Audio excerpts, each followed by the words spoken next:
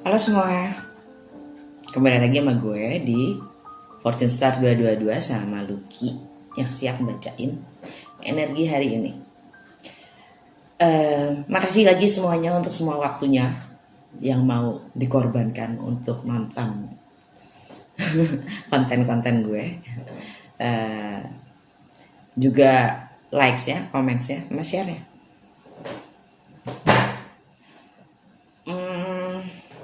Lanjut aja langsung. Udah gue kurangin supaya nggak kelamaan. Males juga. Jujur, maksudnya heavy gitu, berat, terlalu berat. Dan seringnya juga mengulang-ulang aja gitu kan. Entah kitanya yang dablek apa gimana ya kan. Energinya itu terus gitu kan, diulang-ulang terus. Capek gue juga mau nyampein ya.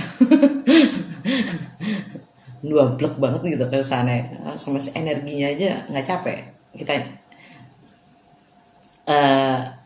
Dari kali ini gue pasangnya cuma dari apa namanya, literary witches oracle card sama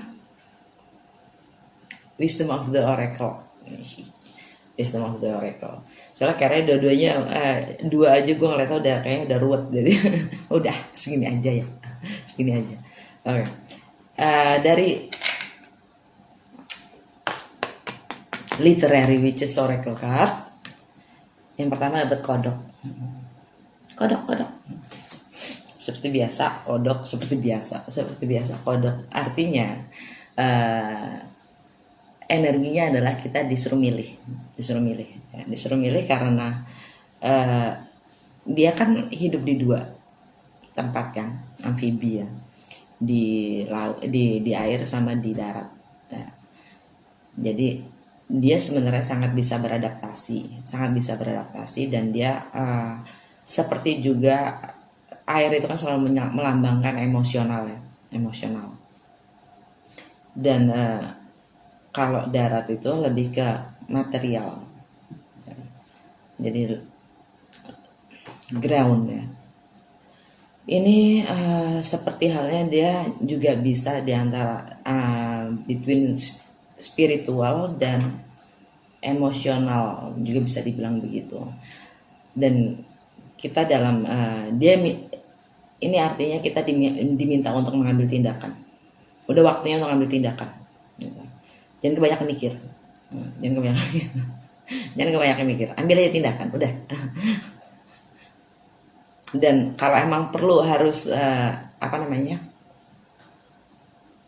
undercover, nyamar ya. Untuk maksudnya works under not under the radar gitu loh. Ngerti kan maksud gue?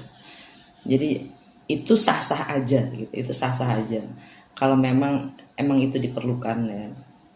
Harus main cantik gitu, maksudnya harus main pintar untuk mendapatkan apa yang kita mau. Itu nggak salah gitu. Jadi kalau di tarot itu kan seven swords, so deceptions, dimana kita agak sneaky ya, berkelit dari kenyataan untuk bertaktik, menyusun strategi untuk mencapai apa yang kita mau. Itu nggak salah selama kita juga tahu konsekuensi dan resikonya adalah apa, kita siap menerima itu gitu. Jadi apapun itu nggak ada, buat gue sih nggak ada yang salah, men. Do whatever you wanna do, it's your damn life gitu. Maksudnya itu hidup kita, hidup kalian ya. Selama kita berani menghadapi apapun itu resiko dan konsekuensinya, is all good. Yang penting adalah tanggung jawab. Jangan terus habis itu gini, bukan gue gitu, malu gila loh gitu kan. Terus habis itu buang badan gitu, ngeselin gitu. Dan tot ini juga dengan suaranya yang menggelegar itu ya kan, artinya juga kita diminta untuk belajar berkomunikasi, karena komunikasi itu penting ya. Nggak ada yang bisa baca pikiran dan hati seseorang orang lain gitu ya. Jadi kita harus mampu berkomunikasi dan ambil tindakan yang jelas, yang pasti sih gitu. Dan ini juga biasanya bisa dibilang hoki lo udah deket gitu, hoki lo udah deket. Jadi tinggal masalahnya lo harus bertindak. Hoki itu nggak datang dengan sendirinya gitu. Jadi memang harus pakai tindakan yang sesuai gitu. Dan kadang ya kita suka tertipu oleh yang namanya bahagia ya. Bahagia itu apa sih gitu. Kita selalu milih yang membahagiakan kita kan. Kita selalu pingin happy kan, resultnya adalah happy. Kebanyakan umumnya ide kita sendiri tentang happiness, tentang kebahagiaan itu sendiri ternyata masih blur. Jadi kita milih idealnya kebahagiaan itu begini. Gue punya ini di rumah santai, oke, happy, gue nggak perlu kemana-mana, asik di rumah aja, semuanya nyaman. Dan ternyata enggak. Ternyata udah dapat semuanya terus gitu. Kok gini sih rasanya gitu. Yang salah di mana ya gitu. Ya kalau ada, tadi sih gue coba buka ini ya, Mystical Shaman. Cuma terus gue pikir gue pinggirin. Ini masih ada di sini. Yang keluar tau nggak apa? Spiral. Jadi intinya maksudnya gitu. Contoh aja, spiral itu kita selalu ya stagnan ya, namanya stagnan atau monoton. Sesuatu yang itu terus yang membuat kita akhirnya gini, happiness itu apa sih jadinya gitu kan. Atau gini deh, dengan kata lain, gimana bikin contohnya ya? Oke. Channel gue ya. Ini entertainment kan ya, tapi jujur sejujurnya gue ya, gue lebih senang, gue lebih happy, gue lebih puas kalau gue nggak hanya menghibur kalian gitu. Tapi kalau gue bisa memberi pencerahan ke kalian gitu. Karena rata-rata pencerahan itu adalah menyakitkan. Jadi kata menghibur itu sendiri jadi ngambang. Kenapa? Lu sebenarnya gue sakitin sih gitu dengan apa yang gue kasih tahu, dengan apa yang gue ungkapin, yang kebanyakan justru nebas cara berpikir lu yang biasanya gitu.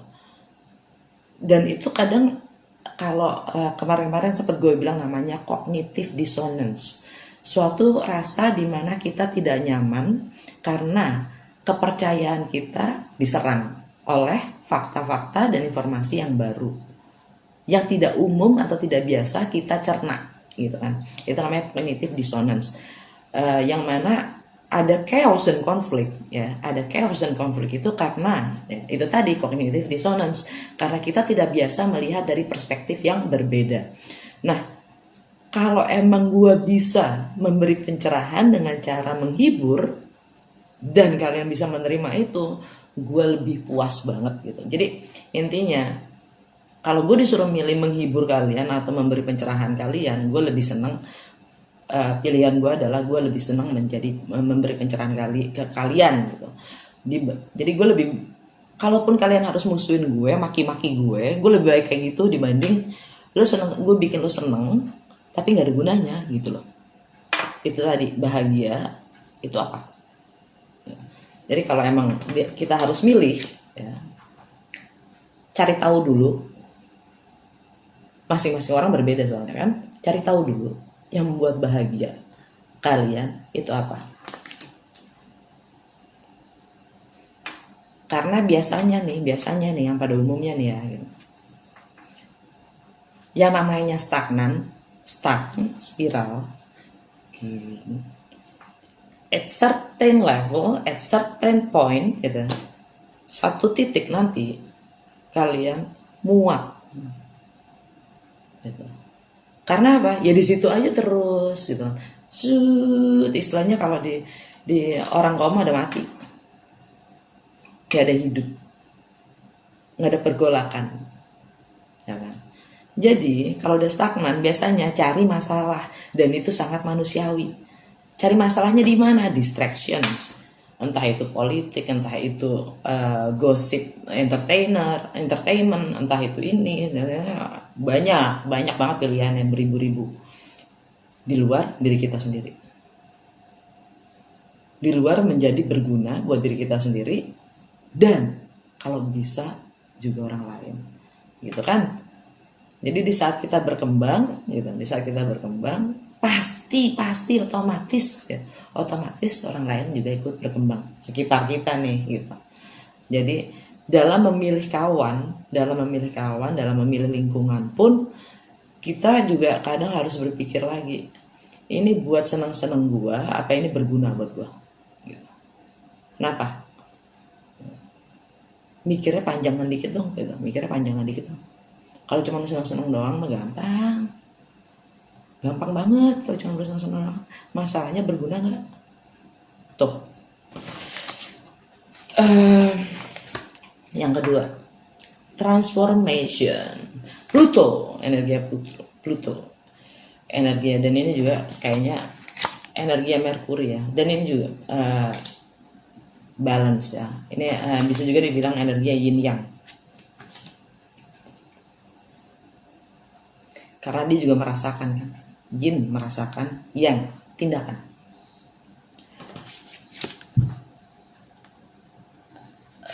Ini transformasi ya.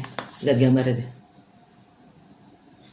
Dia lagi makan apel, telur pecah. Ini apa? Mutiara ya.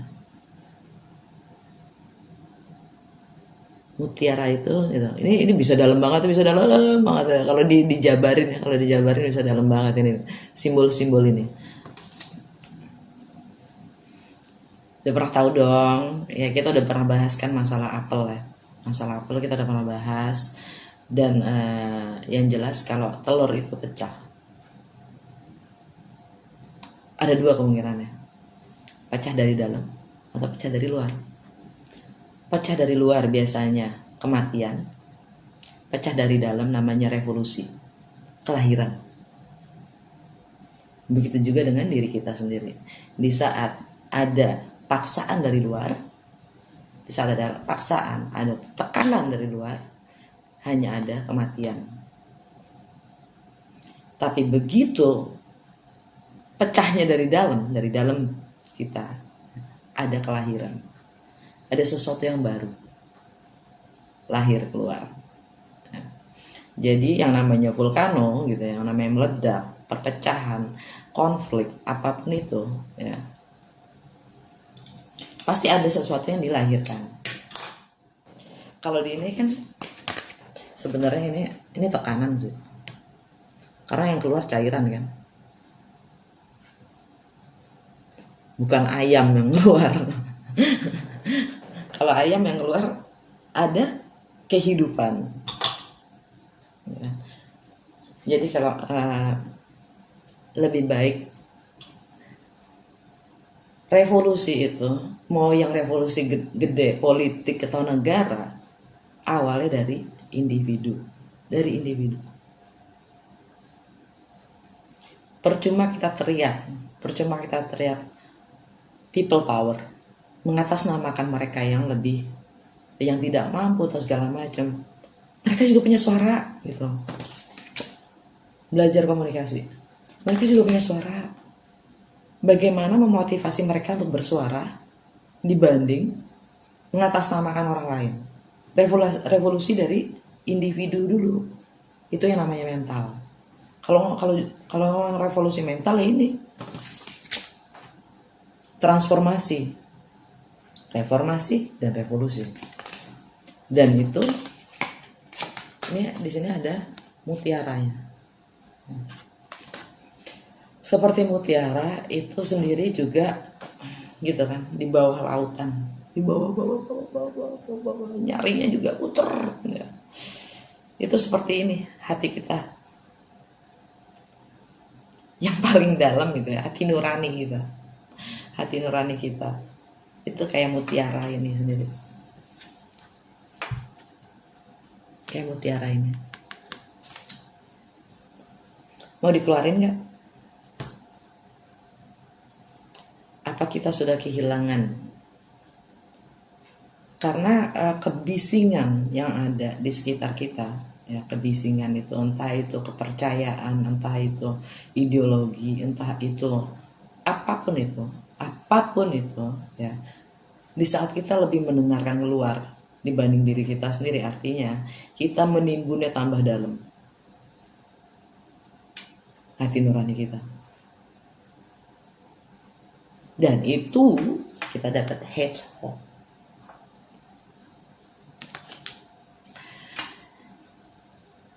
Hedgehog ini, gue langsung loncat aja ya. Hedgehog ini ya, dia kecil, tapi mampus loh.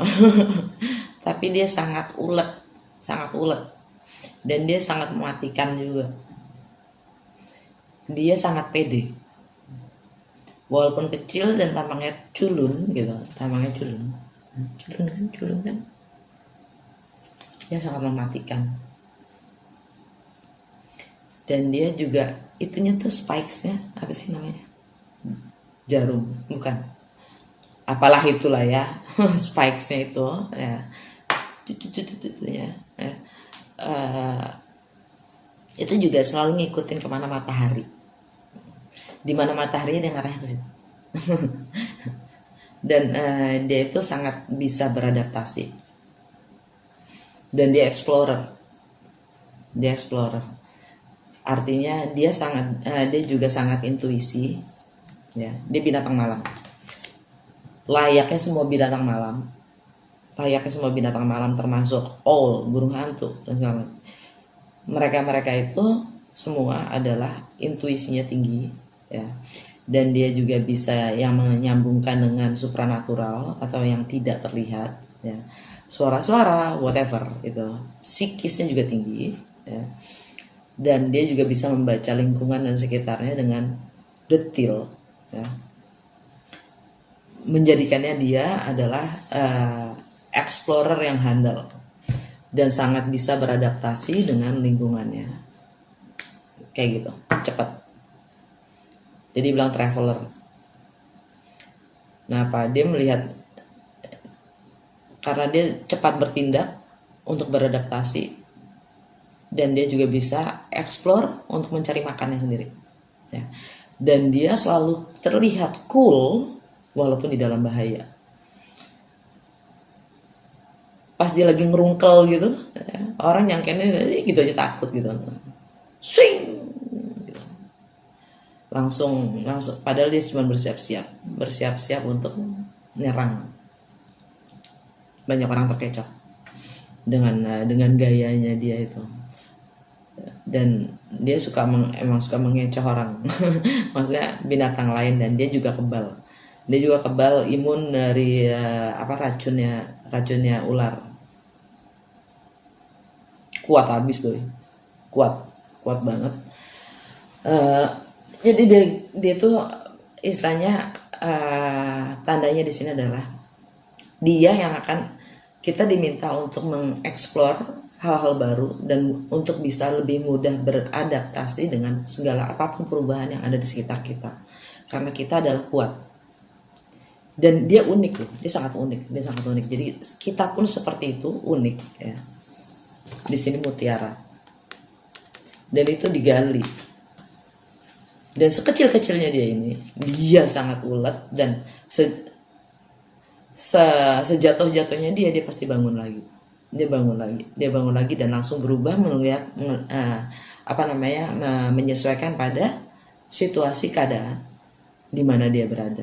Pentingnya untuk selalu being present here and now adalah adaptasi. Bukan berpikir jadi gini. Kebanyakan kita dicekokin dengan yang penting berpikir positif.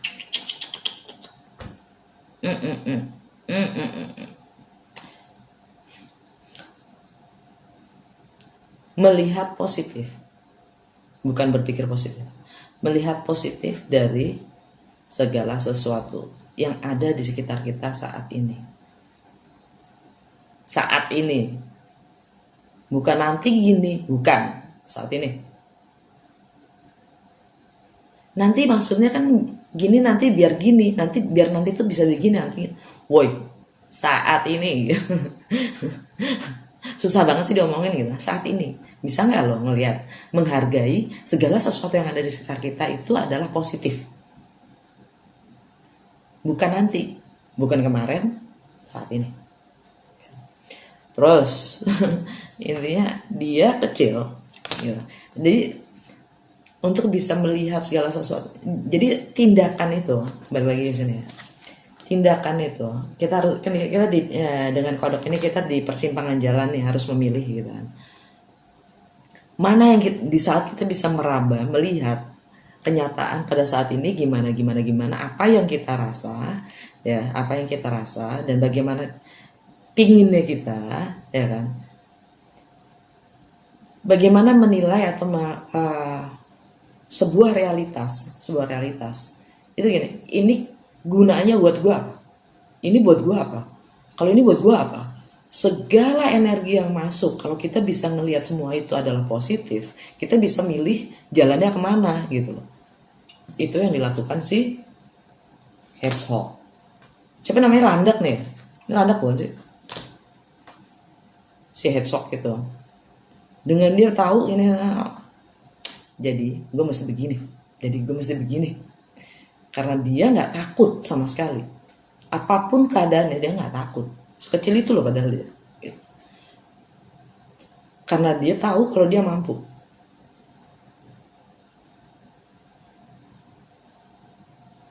Walaupun memang harus jatuh berkali-kali. Nggak ada yang gampang.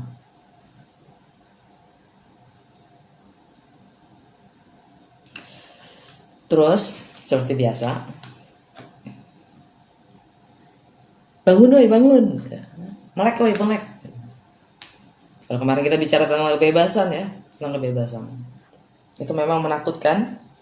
Ya. Di saat kita harus mulai bertanggung jawab terhadap diri kita sendiri, tidak menggantungkan diri kita terhadap orang lain, dan tidak menuntut pada orang lain untuk membahagiakan kita, kita melek. Di bawahnya itu ada kaldron, kuali, di mana ada 4 unsur, ya, tanah, air, udara, dan api, yang memasak, mentransformasi semuanya, melebur untuk melahirkan sesuatu, yaitu entah diri kita masing-masing yang bisa menjawab itu, ya kan. Terus dari Wisdom of the Oracle kita dapat observer kebalik. Ini di bawahnya si kodok. Ini bawahnya kodok. Kalau biasanya kita disuruh observer itu kan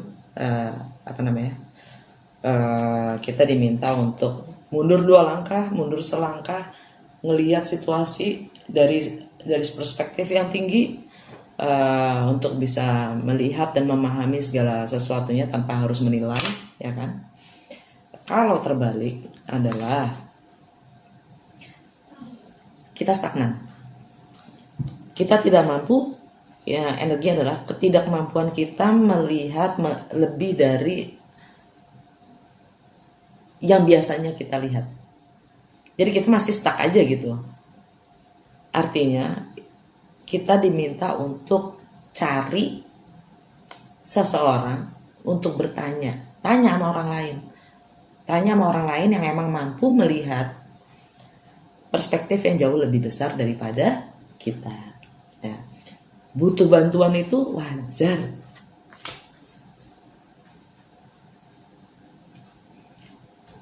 Makanya di bawahnya si kodok ini kan, bawahnya kodok ini untuk mengambil tindakan, ya. Dia kan minta tindakan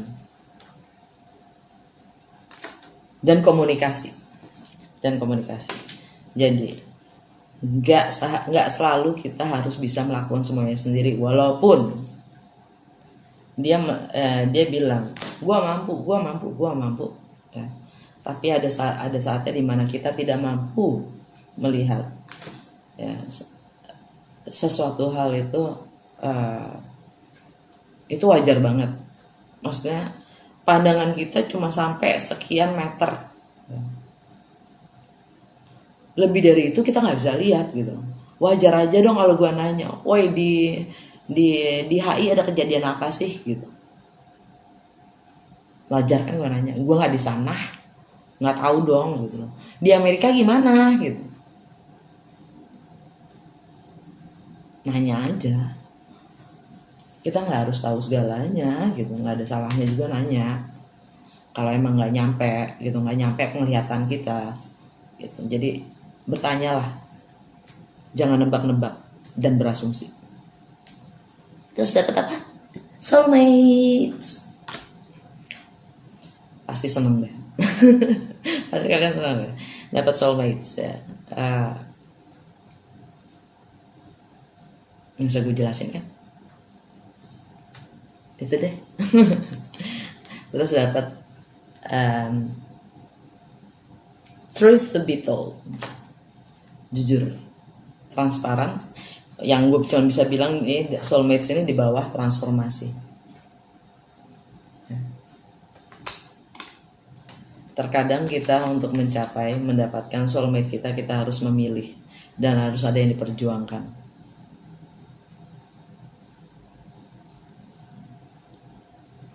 Perjuangkan maksudnya ya transformasi tadi. Dan memang soulmates itu kan biasanya dia nge-trigger ya, dia memicu perubahan dari seseorang. Lo berasa kalau ketemu takdir lo gitu, di saat dia orang itu membuat lo berubah total, itu soulmate. Itu pasti soulmate ya gitu. Jaim gitu. Kok sakit ya gitu ya, gitulah. Itu dah yang namanya soulmates, twin flame, whatever deh gitu. Kalau selama lo masih ketemu cuman yang gitu-gitu aja gitu ya, yang aku senang nih ini gitu, nyu gitu, yang unyu gitu. itu cuman biasa. Kalau udah ngerasain sakit itu anjing orang gitu. Udah sampai gitu, sampai kesel, yang namanya benci sama cinta gitu, beda tipis gitu. Nah itu tuh, itu tuh soulmates. Ya. Gue benci banget sama orang tapi nggak bisa ngelupain gitu. Lo benci bener-bener cinta gitu. Gitu. Truth to be told. Jadi lo mau istilahnya kita mau mengelak ya, kita mau menolak, enggak gue nggak benci, bener-bener cinta kok gitu. boleh ya. Itu sebenarnya kita menyangkal hati kita sendiri ya, belum bisa menerima sebuah kenyataan. Selama kita masih belum bisa menerima itu gitu kan, karena ini beneran transformasi yang paling dalam loh. Pada kenyataannya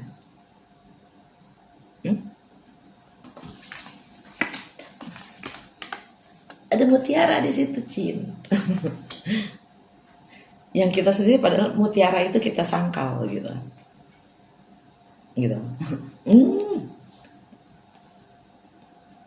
Istilahnya kalau si ayam ini, si jago ini pingin bisa ngomong kali ya gitu. Gue patok mata lo kali ya biar melek. Biar sama gue patok ya. Matanya biar melek. Lo melek tapi kagak melek juga gitu. Melek tapi tidur gitu. Ya itulah maksudnya. Ya. Truth to be told.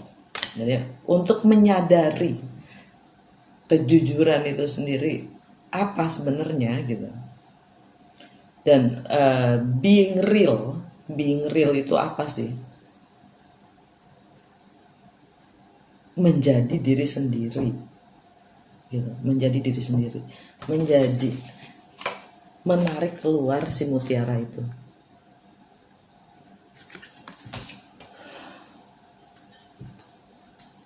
Bukan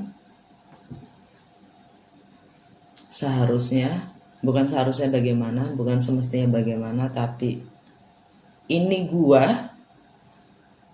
orang lain mau terima apa enggak itu masalah mereka gitu.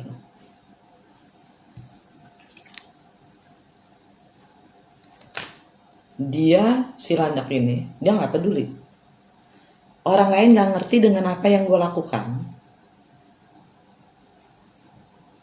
dia nggak peduli, gue tetap melakukan yang terbaik gitu si Landak. Kalau mereka gue udah ngomongin gitu, niat gue begini gini terus mereka nggak percaya, ya bukan masalah gue gitu. Kalau si Landak tuh bukan masalah gue lah kalau lo nggak percaya, bukan masalah gue juga kalau lo nggak melihat gue nggak mampu, masalah lo. Yang penting gue melakukan yang terbaik, apapun yang gue percaya dan itu niat gue baik gitu. Nantinya gue bakalan jadi kayak apa ntar dulu deh gitu. Yang penting gue jadi diri gue dulu. Orang mau ngecilin kayak gimana gitu, dia mana peduli. Silakan. Gue yang gue tuju arahnya ke matahari, di mana ada hangat, ada kehidupan, ada terang, ada happiness.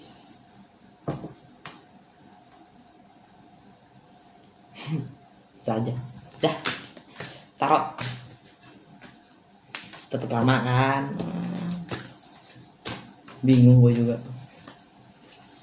Gue cerewet kali ya. Seriusan lo kalau tahu sehari-harinya gue di rumah ngomong bisa dihitung kayak jari. Gue jarang banget ngomong tahu.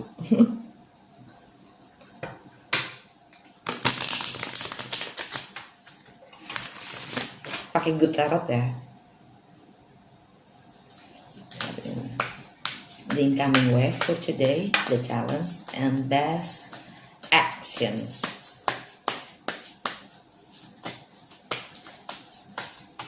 For the highest good of all.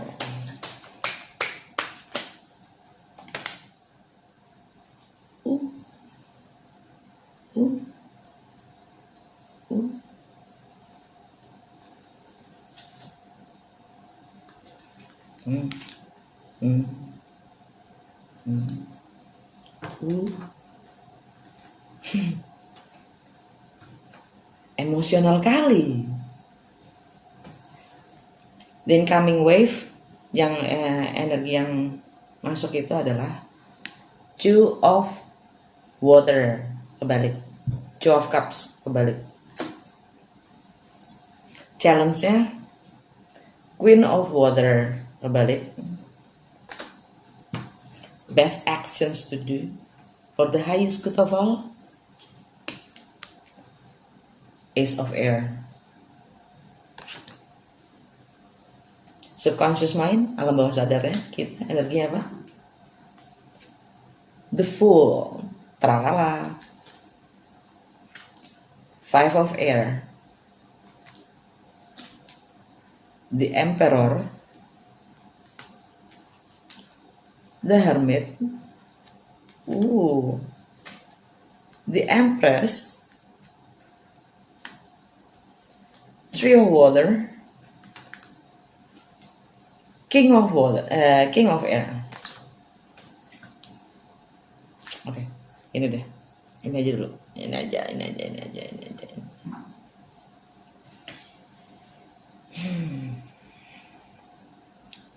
Gue bacain dari sini ya.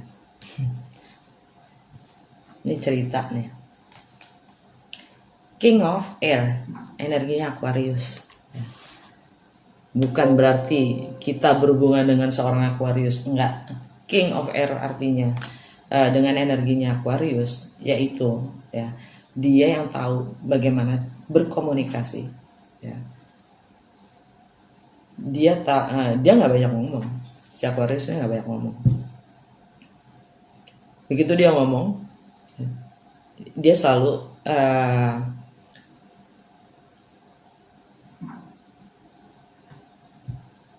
King of Air itu punya karisma karena dia visioner. Karakternya Aquarius, dia punya visi, dan yang dia omongkan, yang dia komunikasikan itu selalu tentang kebenaran dan tentang visinya. Dan dia adalah rebel without the cause. Artinya apapun visinya, seperti tadi saya heads up ini, ya, apapun visinya, dia mampu melihat beyond.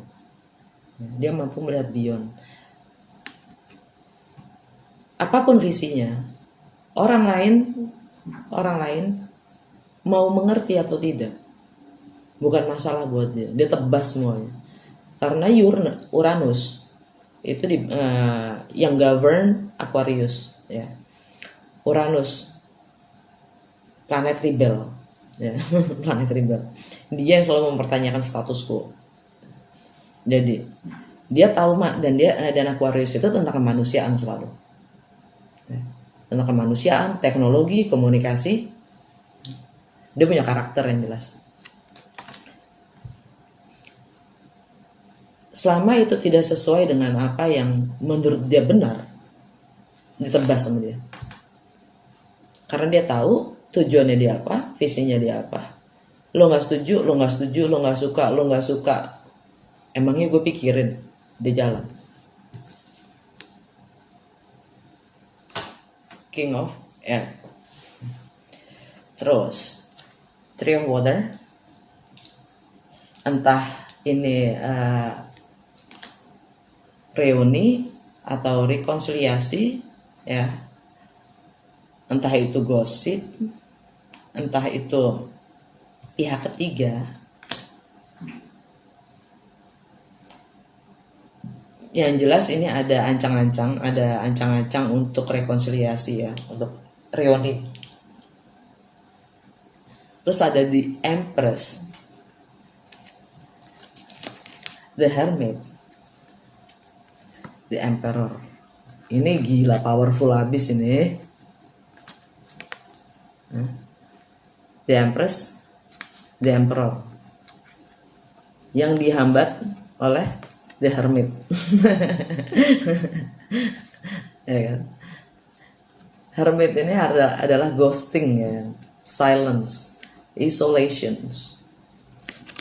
Ini nggak ketemu nih, si Emperor sama si Empressnya nggak ketemu, nggak komunikasi, bahkan sama-sama lagi merenung. Sama-sama lagi meditasi. Ini energinya Taurus atau Libra, ini energinya Aries. Uranus lagi di Taurus, Libra, matahari lagi di Libra. New Moon nanti tanggal 16 hari Jumat ada di Libra. Virgo, Venus lagi di Virgo. Oke, Venus lagi di Virgo.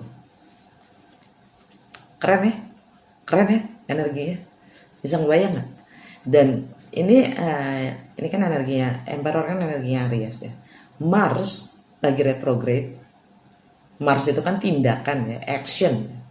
Mars lagi retrograde di Aries. Begitu juga planet Chiron juga lagi di Aries. Planet Chiron itu adalah planet yang healing. Makanya ini Hermit.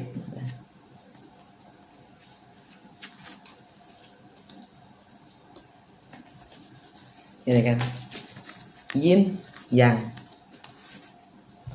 healing mode, menganalisa, berpikir, intern komunikasi, ya, komunikasi dengan diri sendiri, ya. Mana yang lebih sehat buat gue, gitu. Virgo kan selalu tentang kesehatan, tentang sehari-harian, ya. Yang mana sekarang Virgo itu Venus itu di Virgo, dan karena kita sekarang musimnya Libra, ya, sekarang kita ada di season Libra season. Virgo itu adalah tentang ending, ya, tentang ending, any kind of relationship, okay, healing, closure, okay, subconscious minds, okay, dan ada Five of Swords, ya kan, memberi batasan-batasan yang sehat. Kalau memang konflik itu harus ada, yang terjadilah. The Fool, ini baru tindakan, mengambil resiko apapun untuk kebebasan, ya, dan memulai sesuatu yang baru, apapun itu resikonya. Percaya kalau gue sanggup.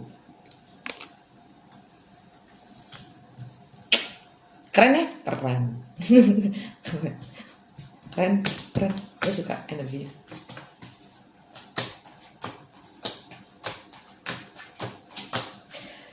Energi yang masuk, Two of Cups kebalik. Tadi gue bilang apa? Venus di Virgo, dan Virgo adalah ending. It's all about relationship, ya.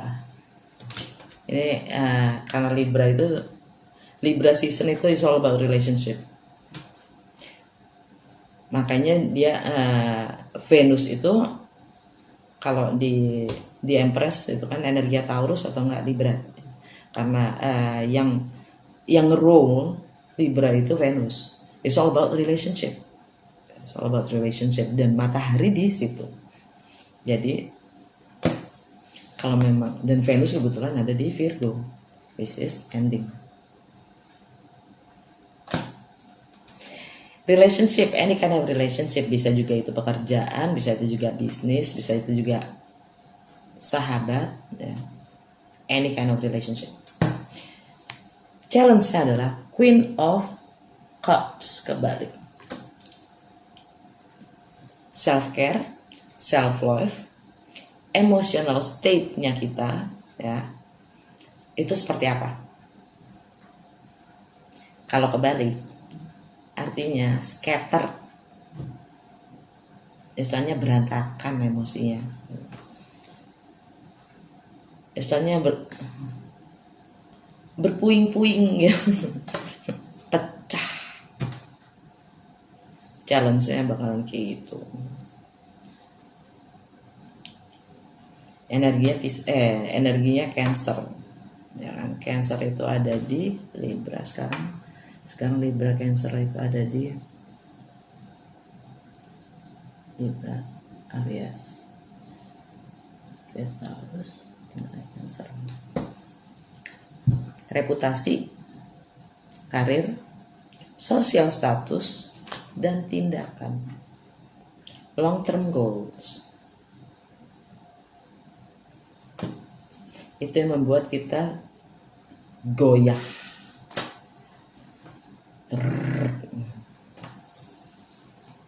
The best actions to do for the highest good of all. Yang terbaik, aksi yang terbaik, tindakan yang terbaik untuk dilakukan adalah komunikasi.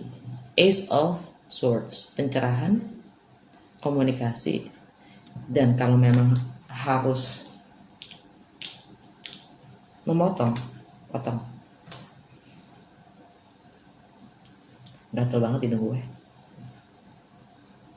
Karena truth to be told, ada kebenaran yang harus dikeluarkan. Alright folks, sampai ketemu besok ya guys, semoga berguna.